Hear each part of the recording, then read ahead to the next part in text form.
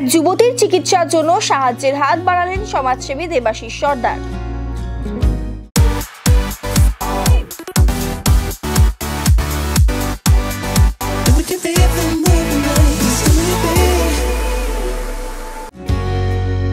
রাজগঞ্জ ব্লকের বিন্নাগুড়ি গ্রাম পঞ্চায়েতের ৯ নম্বর কলোনির বাসিন্দা ছবি বসাকের মেয়ে বিনা বসাক ছোটবেলায় জটিল রোগে অসুস্থ হয়ে পড়ে।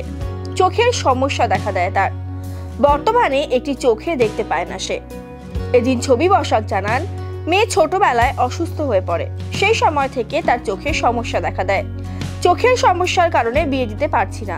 চিকিৎসার জন্য প্রয়োজন অনেক টাকার। অর্থের অভাবে চিকিৎসা করাতে পারছি না। যুবতীর খবর শুনে বৃহস্পতিবার পরিবারটির সঙ্গে দেখা করেন সমাজসেবী দেবাশিস সর্দার। এদিন মেয়ের চিকিৎসার জন্য পরিবারটিকে সাহায্যের হাত বাড়িয়ে দেন তিনি।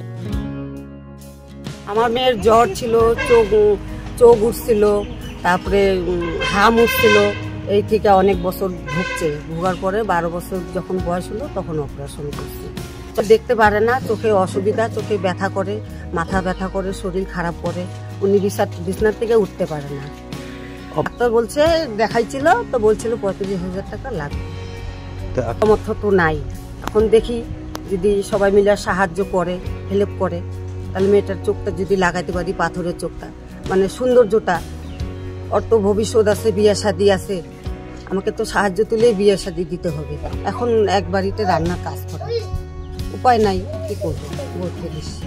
আজকে কে আসে আপনার বাড়িতে? উনি আসছে বর্তমানে। হ্যাঁ। এই জায়গার নাম কি? 9 নম্বর কলোনি। আপনার নাম? মিনা বসাক। আপনার নাম? ছবি বসাক। আমি 9 নম্বরে একটা বাড়িতে এসেছি, একজনের মাধ্যম দিয়ে খবর পেয়েছি ওনার মেয়ের চোখটা ড্যামেজ হয়ে গেছে।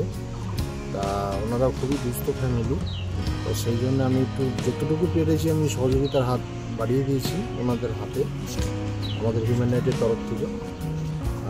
আশা করবো ওনার মেয়ে সুস্থ হোক, চোখটাও ভালো হয়ে যায় অপারেশনের পরে।